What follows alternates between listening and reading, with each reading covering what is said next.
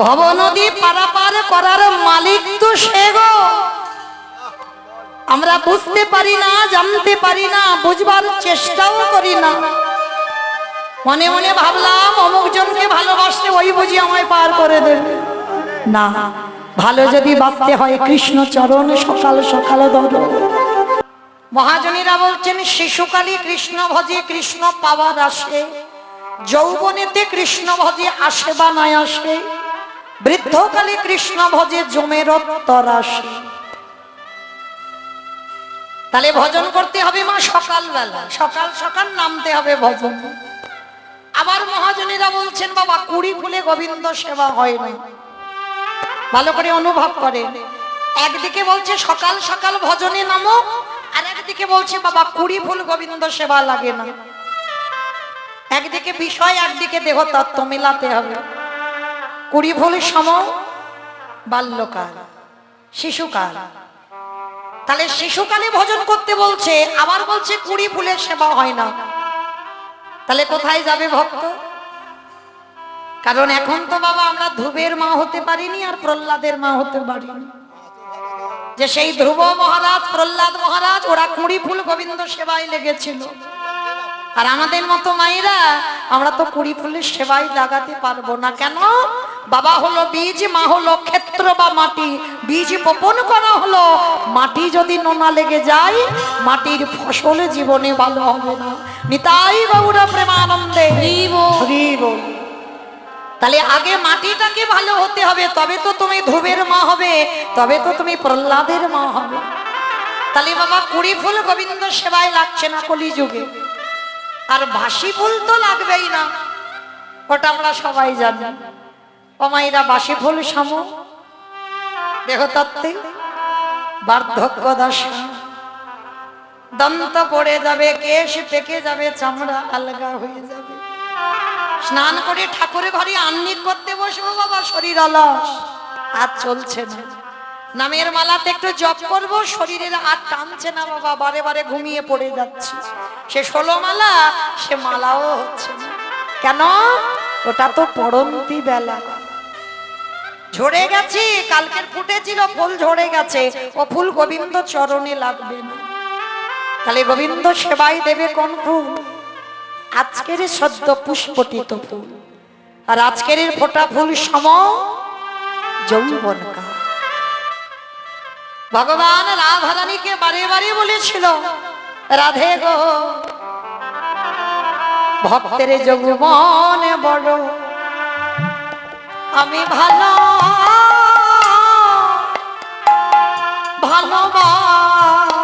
ভালোবাসি বলে গো রাধি,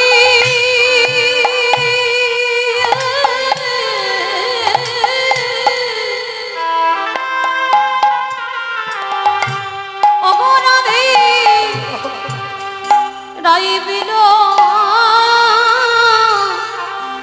বিনোদিনী,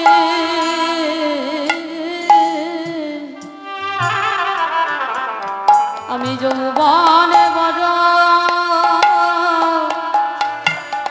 বড় ভালো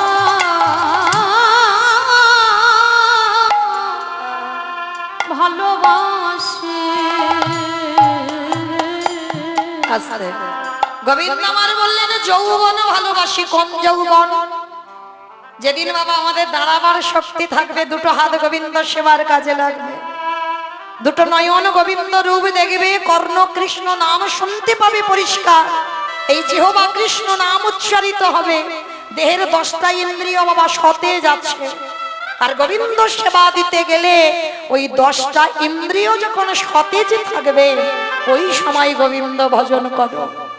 আর ওই সময় যদি গোবিন্দকে ভালোবাসতে পারো, অচিরে কৃষ্ণ প্রাপ্তি হবে।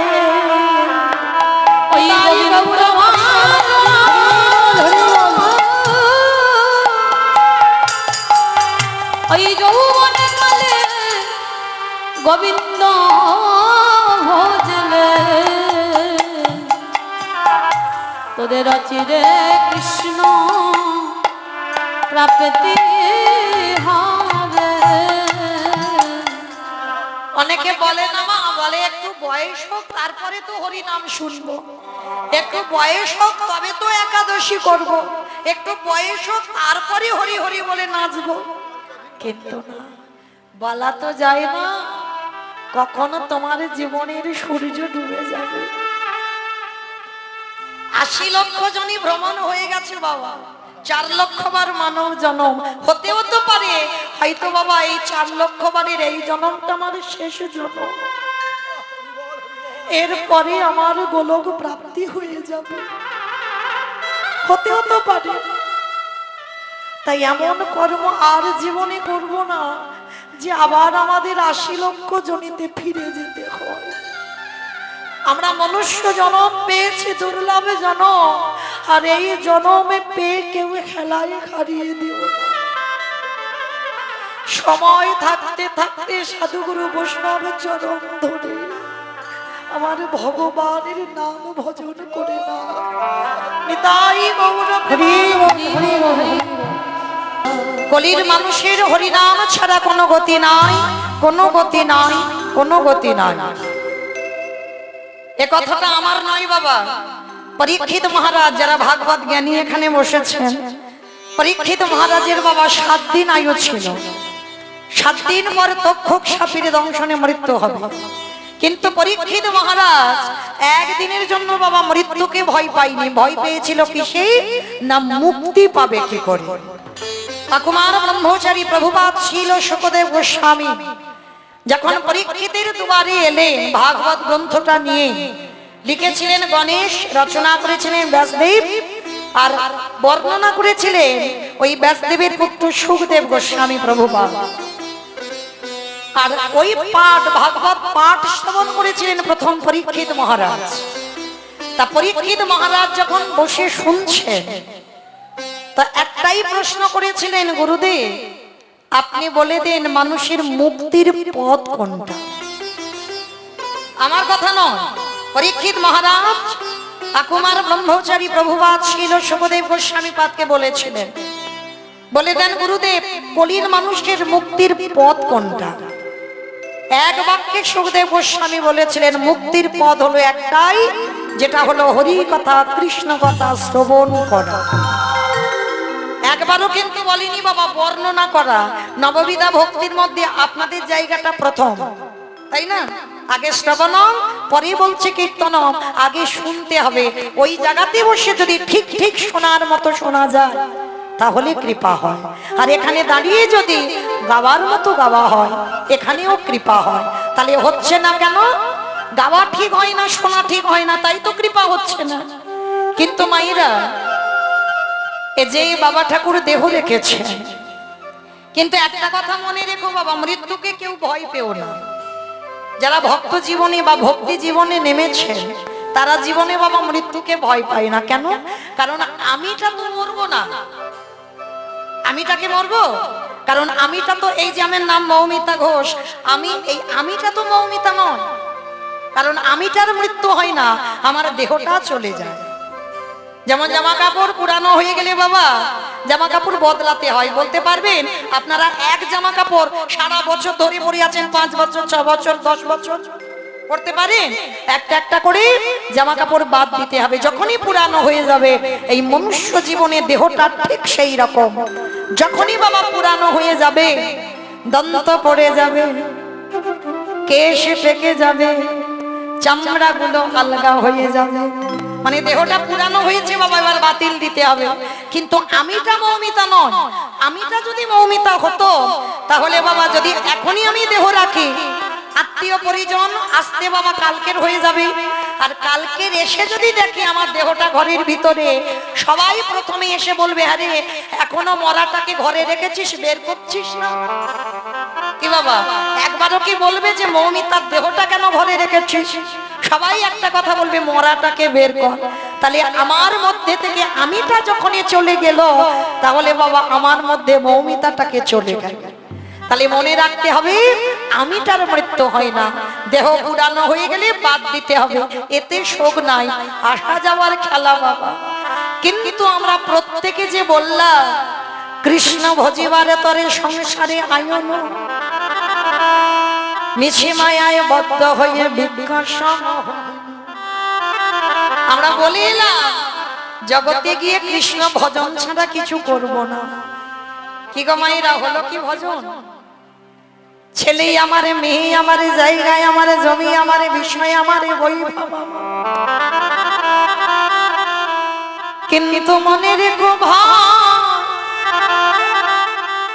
মাসে যদি বেজে যায় পড়ে থাকবে সরকারি খানা। এসেছো একা, তুমি যাবে একা। দেখেন যে বাবা ঠাকুর দেহ রেখেছেন, গোটা পরিবারকে রেখে চলে গেল। নিয়ে গেল সাথে কিছু? ঘর বাড়ি, টাকা পয়সা, পুত্র পরিবার, কন্যা জামাই নাতি পুতি সব রইল, কিন্তু তাকে চলে যেতে হলো। তাহলে মৃত্যুতে শোক নয়, আসা যাবার খেলা মা। আজকের নয় কালকের হোক, আমাদের যেতেই হবে, আগে হোক আর পরে হোক। তা আজকের এই যে জগতে যেদিন তুমি এসেছিলে, তুমি সাথে কিছু নিয়ে আসো। বিচার করে দেখেন বাবা, আমাদের পরনে কিছু ছিল যেদিন এসেছিলাম, আর যেদিন ভব ছেড়ে চলে যাব, এই সংসার তোমার পরন থেকে সব খুলে নেবে। তাহলে এসেছিলে খালি হাতে, যাচ্ছ তুমি খালি হাতে। কাদের জন্য তুমি কৃষ্ণ ভজন ভুলে যাচ্ছ? কাদের জন্য শুধু আমার আমার করে যাচ্ছ? কেউ তোমার নয় বাবা। পৃথিবীতে যা যা কিছু দেখছো সব অনিত্য। আজকে যেটা তোমার আছে, কালকে সেটা অন্য কারোর হয়ে যাবে। চিরস্থায়ী কেউ নেই। চিরস্থায়ী যদি থাকতে হয়, সেটা হলো আমার গৌর গোবিন্দ চরণ। আর চিরস্থায়ী তোমার কাছে কিছু নয়। এইগুলো বাবা খুব অনুভবের বিষয়। শেষের দিনে আমাদের কর্ম সাথে যাবে। কোন কর্ম?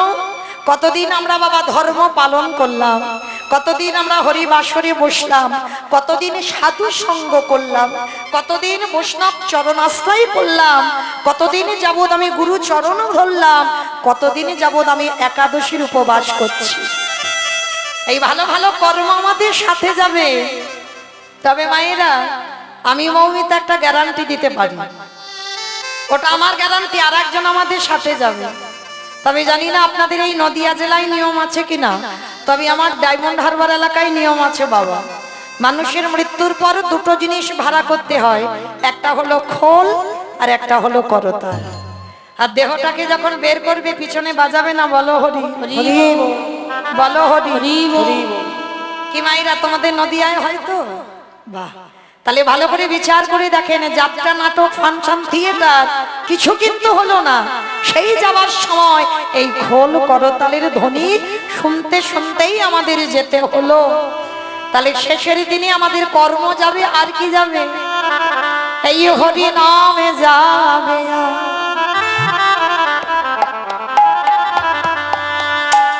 আমাদের পচা দেখা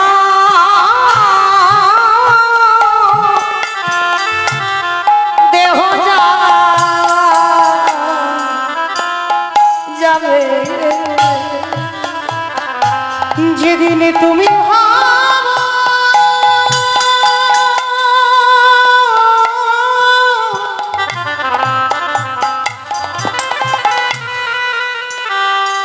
যেদিন তুমি ভাবো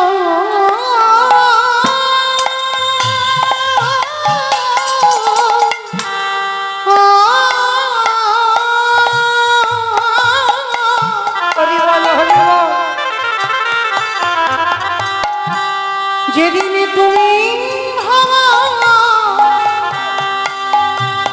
ওই ভাব পারে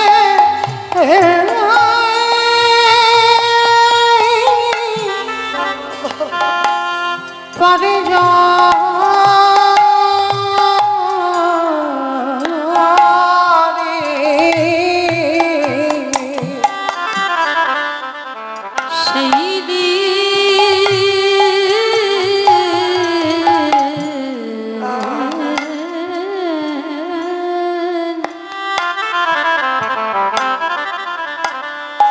সেই দিন নাম যাবে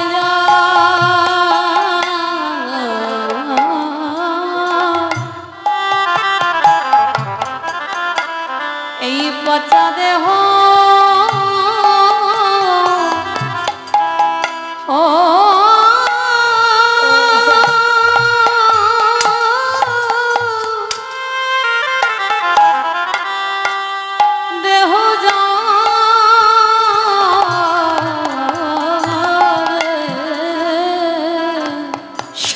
আমাদের সঙ্গীর সাথী ও ভাই কেহ থাকবে না। যেদিন খাঁচা ছেড়ে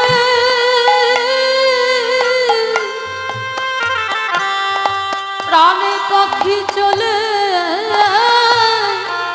যাবে, তোমরা সবাই যতই করো সব আমার আমার, সেদিন আমারে বলতে কেহ রবে না।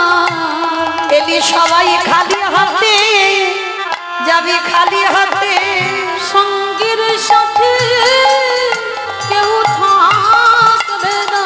তোদের কৃষ্ণ ভজা কারোর হলো না কৃষ্ণ বলে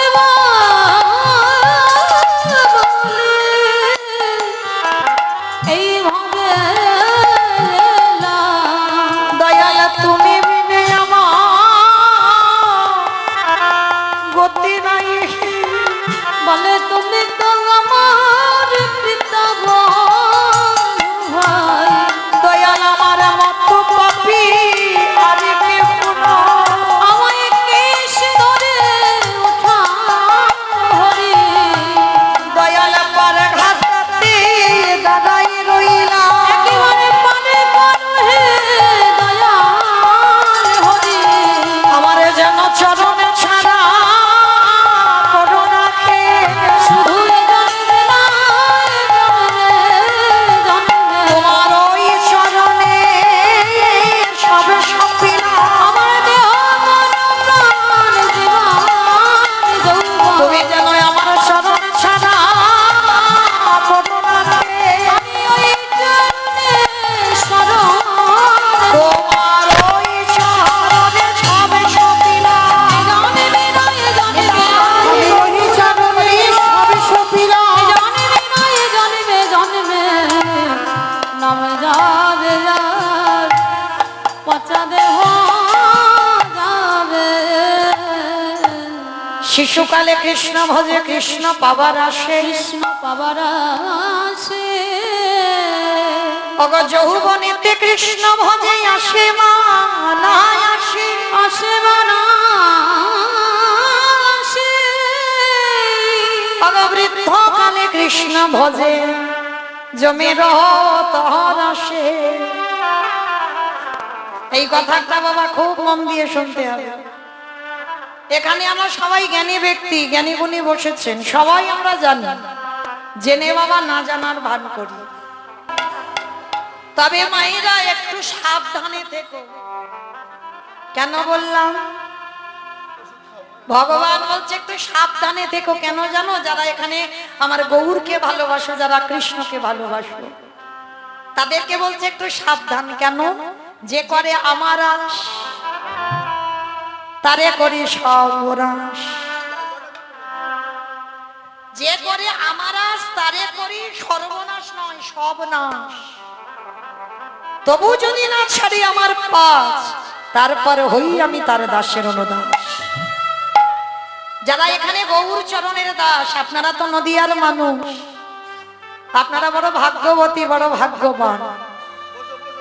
কেন জানেন? এ জন্মে তোমার হলো না বাবা।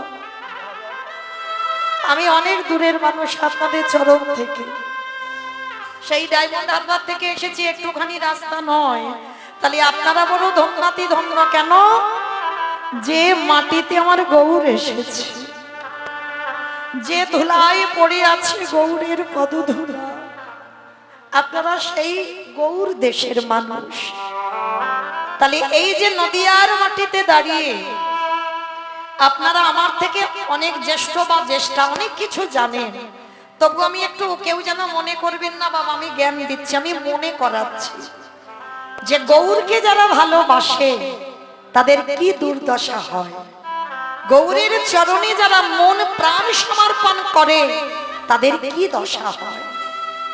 ভগবান নদিয়ার মাটিতে এসেছে কেন? যুগ ধর্ম প্রবর্তক নাম সংকীর্তন, চারি ভাব ভক্তি দিয়া নাচাই ভুবন, আপনি ভক্ত ভাব করি অঙ্গীকার, আপনি না করলে ধর্ম জীবের শেখানো না যায়, আপনি আচরি ধর্ম জীবের শিখায়। এই তো সিদ্ধান্ত গীতা ভাগবতে গায়। এই মতো কলিকালে প্রথম সন্ধ্যায় অবতীর্ণ হলেন কৃষ্ণ, আপনি নদী আর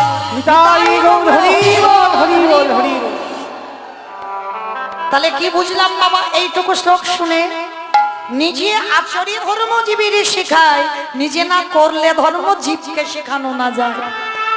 ভগবান নিজে ভক্ত হয়ে এসেছে, কিন্তু আর ভক্ত হয়ে যদি না আসবে বাবা, যিনি কৃষ্ণ তিনি আবার কৃষ্ণ বলে কেন কাঁদবে? যে রাধারানীকে বামঙ্গ থেকে সৃষ্টি করেছে তিনি ভগবান, বিশ্বের শ্রেষ্ঠ মালিক, তিনি কেন রাধা বলে কাঁদবেন? নিজের জন্য কাঁদেনি, আপনাদের আমাদের শিক্ষা দেওয়ার জন্য ভগবান কৃষ্ণ বলে কাঁদলো, রাধা বলে কাঁদলো। কিন্তু সেই রাধা কৃষ্ণ একাত্মা দুই দেহ ধরি অনন্য বিলাস রস আস্বাদন করি, এই দুই ভাব এবে চৈতন্য গোসাই ভাব রস আস্বাদিতে দোহে এ কোঠা। রাধা কৃষ্ণ কলিতে হয়েছে গৌরাঙ্গ, আর এই গৌরকে ভালোবাসলে কি দশা হয় একটু ভেবে দেখেন। মন দিয়ে শুনবেন মা, একটুখানি বলি। যদি একজন ভক্তের একটু চেতনা ফিরে যায়, এই যে আমার আমার করে আগলে বসে আছি না, এই আমার আমার ভাবটা কেটে যাবে যদি মন দিয়ে এই কথাটা শ্রবণ করেন। শ্রবণ করবেন। নবদ্বীপের মাটিতে একজন ভক্ত ছিল বাবা, যার নাম ছিল শঙ্করাচার্য। ভালো করে শুনবেন বাবা। আর তার স্ত্রীর নাম ছিল মাতা সত্যবতী। এই স্বামী স্ত্রী এরা দুজনে, তবে বাবা স্ত্রী বলা ভুল হবে, আমি ভুল বললাম। সত্যবতী মা ছিল সহধর্মিণী। এখানে আমরা অনেক নারী জাতি আছি মা, এখানে আমরা সবাই বউ হয়েছি, স্ত্রী হয়েছি, কিন্তু সবাই এখানে সহধর্মিণী নয়, সবাই এখানে অর্ধাঙ্গিনী নয়। সহধর্মিনীর চরিত্র আলাদা হবে, অর্ধাঙ্গিনীর চরিত্র আলাদা হবে, আর বউ আর স্ত্রীর চরিত্র আলাদা হবে। এইগুলো ভাবতে হবে বাবা, কীর্তন শুনলে হবে না। তো আজকে এই সত্যবতী আর শঙ্করাচার্য এরা মাধুকরী করে যা কিছু পায়, প্রতিদিন আমার নিমাই সকালবেলা করে উঠে বাবা নগর ভ্রমণে বার হয় ভক্তদের নিয়ে, খোল করতাল নিয়ে, আর প্রতিদিন ওই শঙ্করাচার্যের বাড়িতে প্রসাদ পায়। প্রতিদিন নগর ভ্রমণে গিয়ে প্রসাদ পায়। তো আজকে শঙ্করাচার্য সকালবেলা ভিক্ষায় গেছে বাবা, সারা নদিয়ার মাটিতে ঘুরে বেড়াচ্ছে, একজন ভক্ত কেউ ভিক্ষা দিচ্ছে না।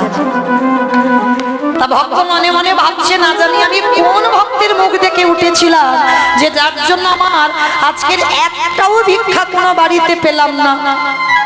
বাড়িতে এসে সত্যবতী মাকে ডাকছে, সত্যবতী, সত্যবতী তুমি শুনেছ?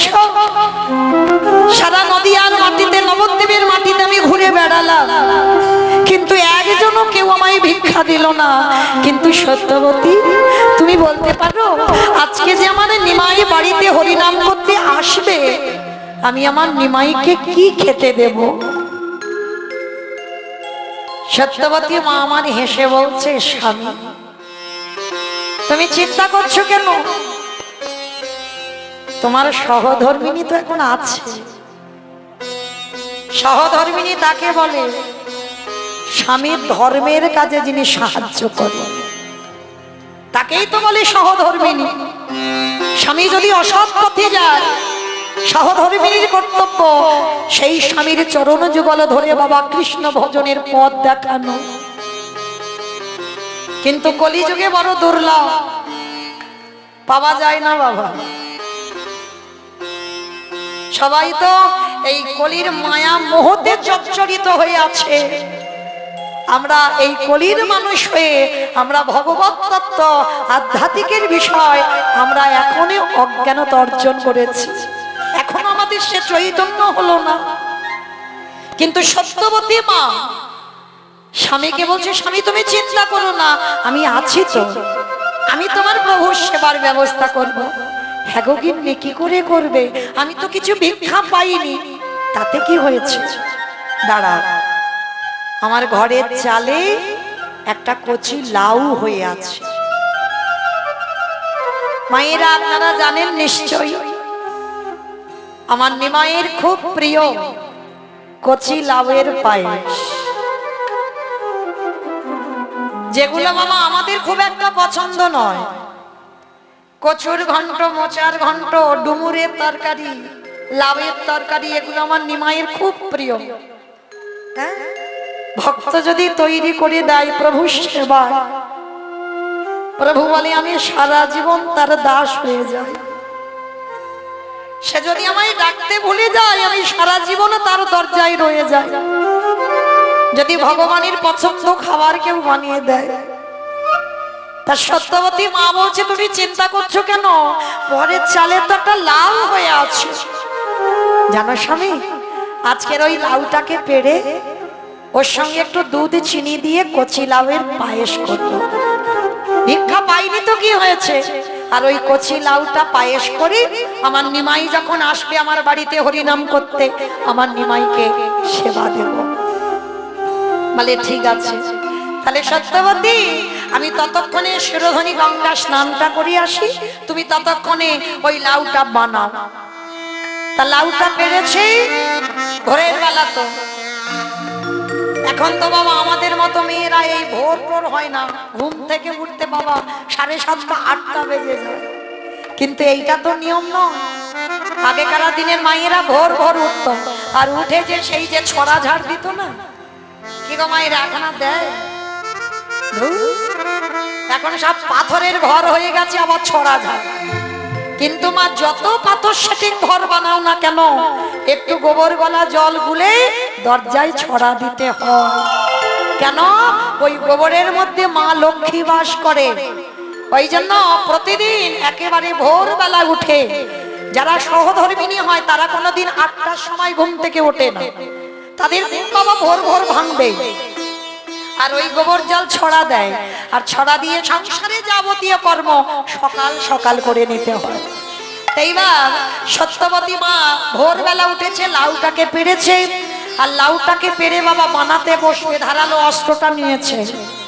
আর ঠিক ওই সময় মহাপ্রভু আমার ভোরবেলা তো নগর ভ্রমণে বার হয়, ভক্তদের সঙ্গে নিয়ে নগর ভ্রমণে আসছে।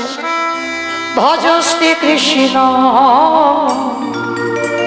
লহ শ্রী কৃষ্ণ কহ শ্রী কৃষ্ণে নাম রে।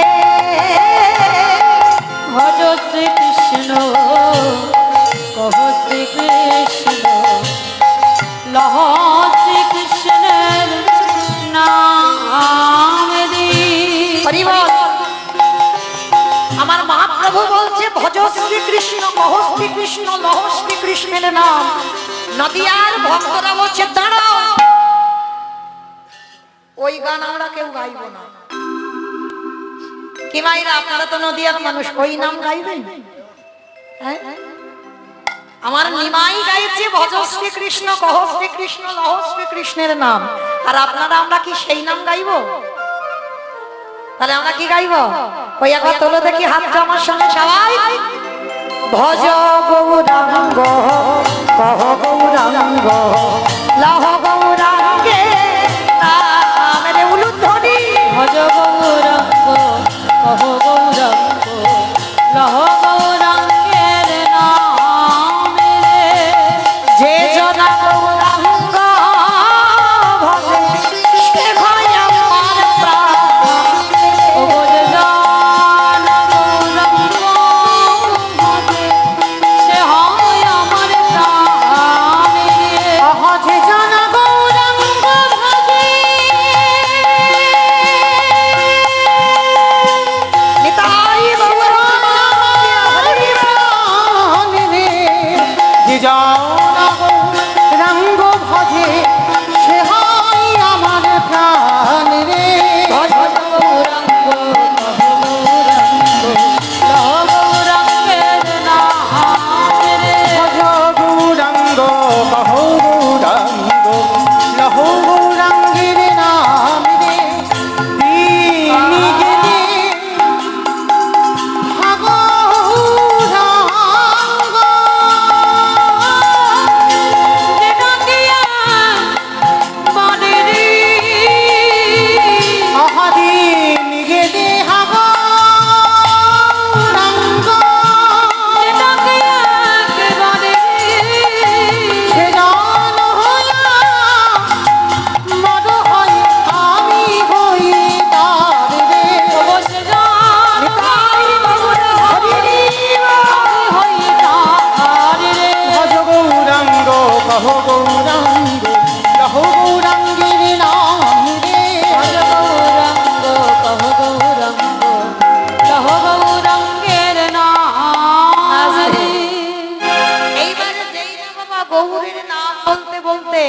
আমার কৃষ্ণ ভজন করতে করতে যেই না ভক্তরা সবাই আসছে শঙ্করাচার্যের ঘরের দিকে, অমাইরা এই সত্যবতী